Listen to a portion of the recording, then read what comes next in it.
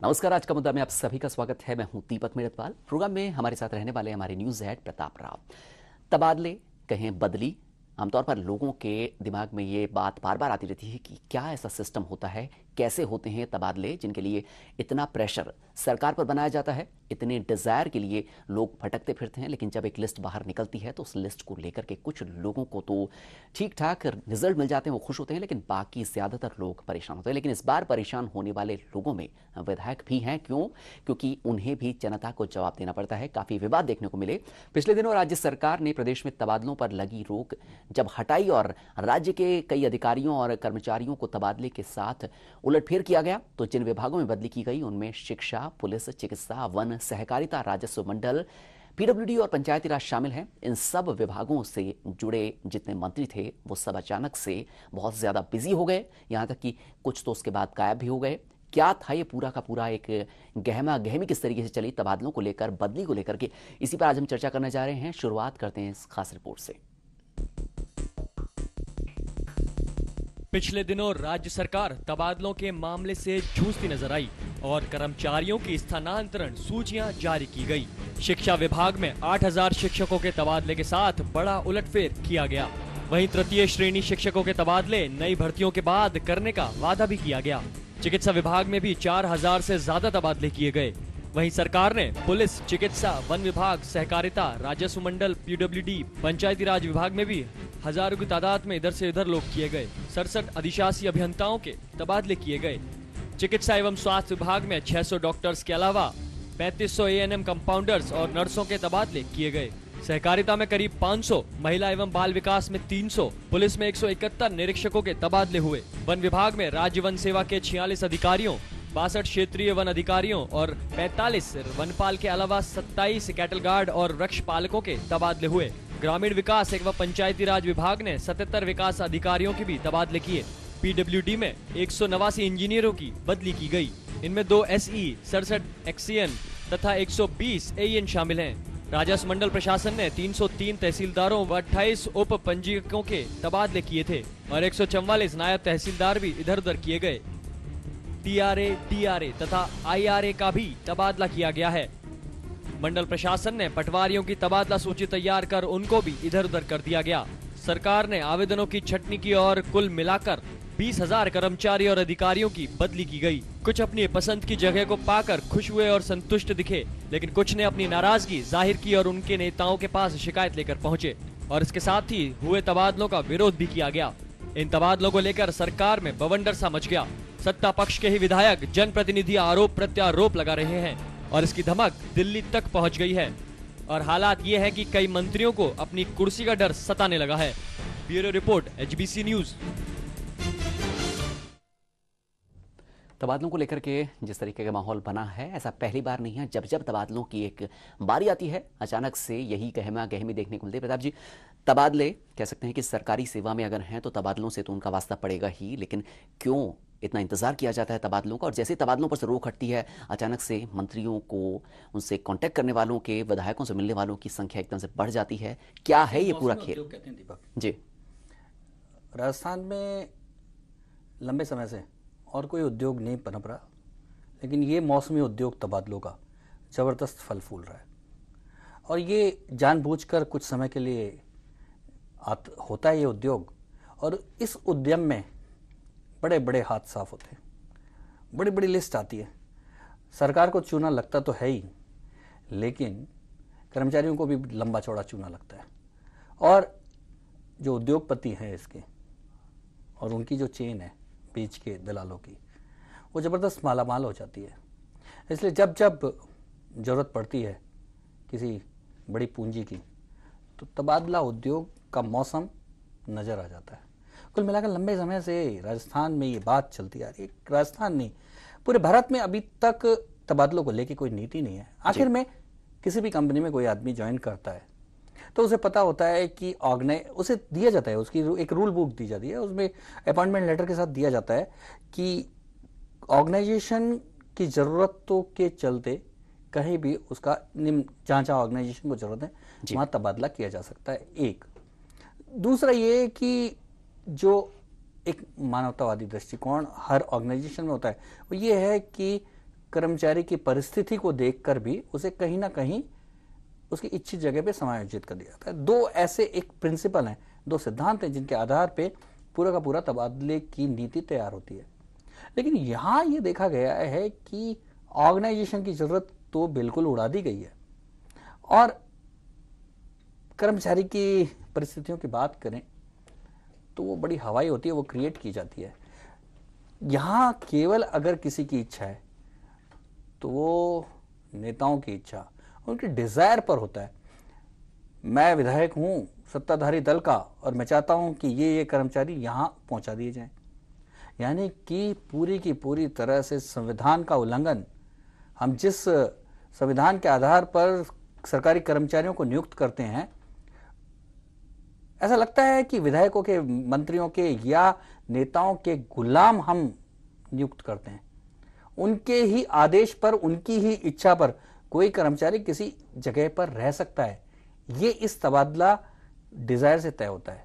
तो एक बहुत बड़ा सवाल इस बात का है कि आखिर में ये जो तबादला नीति है कोई गुलामी प्रथा है या ये कोई उद्योग का रूप ले चुकी है, क्या है? क्योंकि यहाँ कहीं भी सरकारी कर्मचारी केवल अपने जो मजबूत प्रभावशाली राजनीतिक नेताओं के सहारे ही कहीं अपनी इच्छित जगह पे रह सकता है। प्रताप जी, आपने कहा कि एक उद्योग है, तो इस उद्योग का विकेंद्रीकरण भी हो रहा है। ऊपर से लेकर नीचे तक जनता भी इस चीज को लेकर के कंफ्यूज है। थोड़ा सा इस बारे में कि उद्योग का विकेंद्रीकरण किस किस स्तर पर, कैसे कैसे इसमें खपले होते हैं, इस पर अब दीपक सबसे बड़ी बात उठती है कि तबादला बंदी क्यों होता है, फिर खुलता क्यों है? बंद क्यों किया जाता है ये समझ में नहीं आता।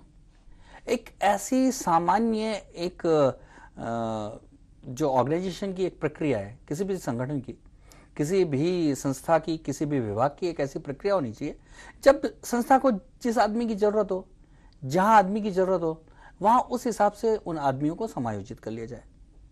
लेकिन इसके लिए पर्टिकुलर कुछ समय खोला जाता है।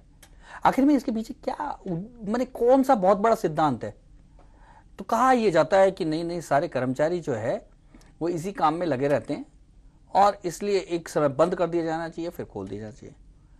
पर इसका दूसरा असर हो रहा है कि जब थोड़े समय के लिए खोला जाता है तो जो मार्केट में जो तबादले की जो रेट है जी, वो बड़ी बढ़ जाती है।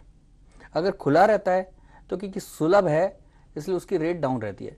तो शेयर मार्केट में जिस तरह से जो नीतियाँ अपनाई जाती हैं शेयर मार्केट को अप करने के लिए, जो गैर वाणिज्यिक नीति, जिसे नॉन प्रोफेशनल जो नीतियाँ अपनाई जाती हैं शेयर मार्केट में खिलवाड़ करने के लिए, बिल्कुल ऐसे ही तबादला उद्योग में खिलवाड़ करने के लिए, उसके मार्केट प्राइस को बढ़ाने के लिए, पर्टिकुलर किसी जॉब की, पर्टिकुलर किसी सर्विस की, तो तब वहाँ बंद कर दिया जाता है, फिर खोल दिया जाता है, उसका टाइम पीरियड तय कर दिया जाता है और निश्चित तौर पे इसमें उद्योगपति की जबरदस्त कमाई होती है। जी, तो तबादला उद्योग है, ऐसा सिर्फ हम नहीं कहते, ऐसा सरकार में बैठे हुए काफ़ी सारे उसके अवयव कहते हैं, काफ़ी सारे विधायक हैं जो कि साफ तौर पर इसे उद्योग की संज्ञा दे चुके हैं। तबादलों के साथ ही सरकार की मुश्किलों में इजाफा हो जाता है।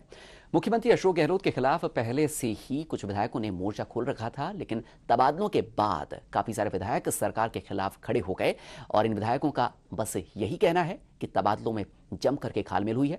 कांग्रेस के विधायक हैं प्रताप सिंह खाचरियावास, इनका यह कहना है कि किसी भी मंत्री को कांग्रेस की अपनी बपौती नहीं समझना चाहिए। जब वो ऐसा कह रहे हैं तो साफ तौर पर उनका इशारा साफ तौर पर उन चीज़ों की तरफ है जो कि वहां पर गलत हो रही है। अगर किसी विधायक ने मंत्री पर पैसा खाकर तबादला करने का आरोप लगाया है तो उसकी निष्पक्ष जांच होनी चाहिए, ऐसी भी बार बार मांगे उठती रही है। देखते हैं खास रिपोर्ट, उसके बाद बात करेंगे किस तरीके से ये पूरा खेल चल रहा है और इसकी चपेट में किस तरीके से मंत्रियों को परेशान होना पड़ा। मुख्यमंत्री अशोक गहलोत के खिलाफ आरक्षित वर्ग के विधायकों ने तो मोर्चा खोलकर ही रखा था। अब तबादलों को लेकर भी विधायक सरकार के खिलाफ खड़े हो गए हैं।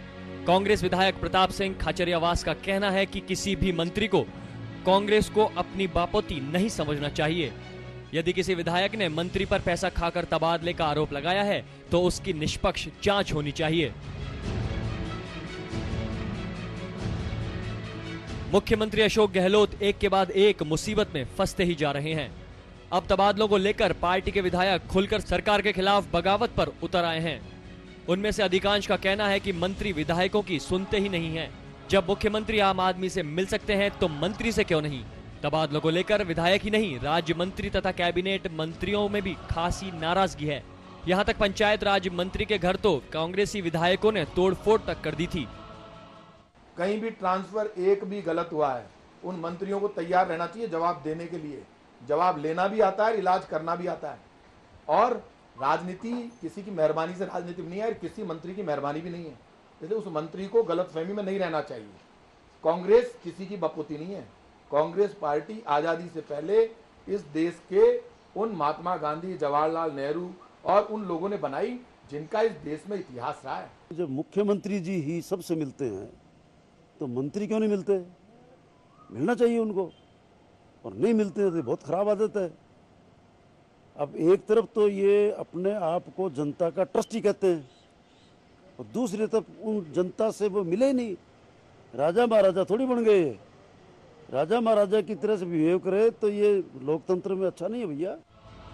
दरअसल विधायकों और संगठन के पदाधिकारियों की डिजायर पर ही जब कार्यकर्ताओं के रिश्तेदारों के तबादले नहीं होते तो हालात बिगड़ने लाजमी हैं। कांग्रेस विधायक संतोष सहारन भी अपनी पसंद के लोगों के तबादले नहीं होने से काफी नाराज हैं। वहीं भाजपा ने कांग्रेस पर पुनः तबादला उद्योग चलाने का आरोप भी मंडा है। कुछ बातें हमारे सामने जो आई है इस प्रकरण में, इस प्रकार के प्रकरण में, ट्रांसफर्स के बड़े प्रकरण में, माननीय मुख्यमंत्री जी को फीडबैक देंगे। और इस प्रकार का अगर 19-20 कोई बात रहती है तो निश्चित तौर पर मैसेज पार्टी के हित में नहीं जाएगा। मैं माननीय अध्यक्ष जी से भी बात करूंगा, माननीय मुख्यमंत्री जी से बात करूंगा।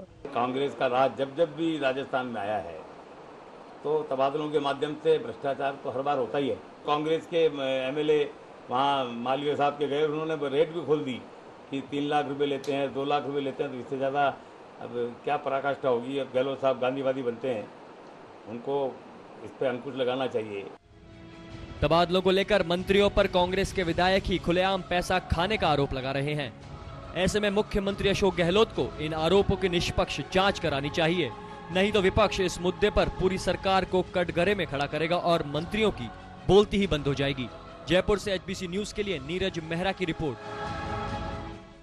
तो अभी हमने सुना कि विधायक कह रहे हैं हमें जवाब लेना भी आता है और इलाज करना भी आता है। प्रताप जी, ये सत्ता जो संभाल रहे हैं लोग, उन्हीं की आपस की बातचीत हो रही है और जनता के साथ डिसेंट्रलाइजेशन की बात कर रहे थे जी। तो मुझे लग रहा है कि सही ढंग से डिसेंट्रलाइजेशन नहीं हो रहा। यदि ये जो तबादला उद्योग है, इसके लाभांश सब में सही ढंग से अगर बांटा जाता तो मुझे लगता है कि ये इस इंडस्ट्री में कोई दिक्कत इस तरह की नहीं आती। कहीं ना कहीं लाभांश बंटने में कोई गड़बड़ी हुई है, इसलिए इस बार ये परेशानी हुई है। तो ये परेशानी भाई एक बहुत बड़ी परेशानी है, क्योंकि लोग भी इसके साथ परेशान हुए, विधायक भी परेशान हुए और मंत्री भी परेशान हुए। यहाँ रुकेंगे एक छोटे से ब्रेक के लिए। ब्रेक के बाद बात करते हैं कि और क्या क्या पेच हैं इस पूरे तबादला उद्योग में।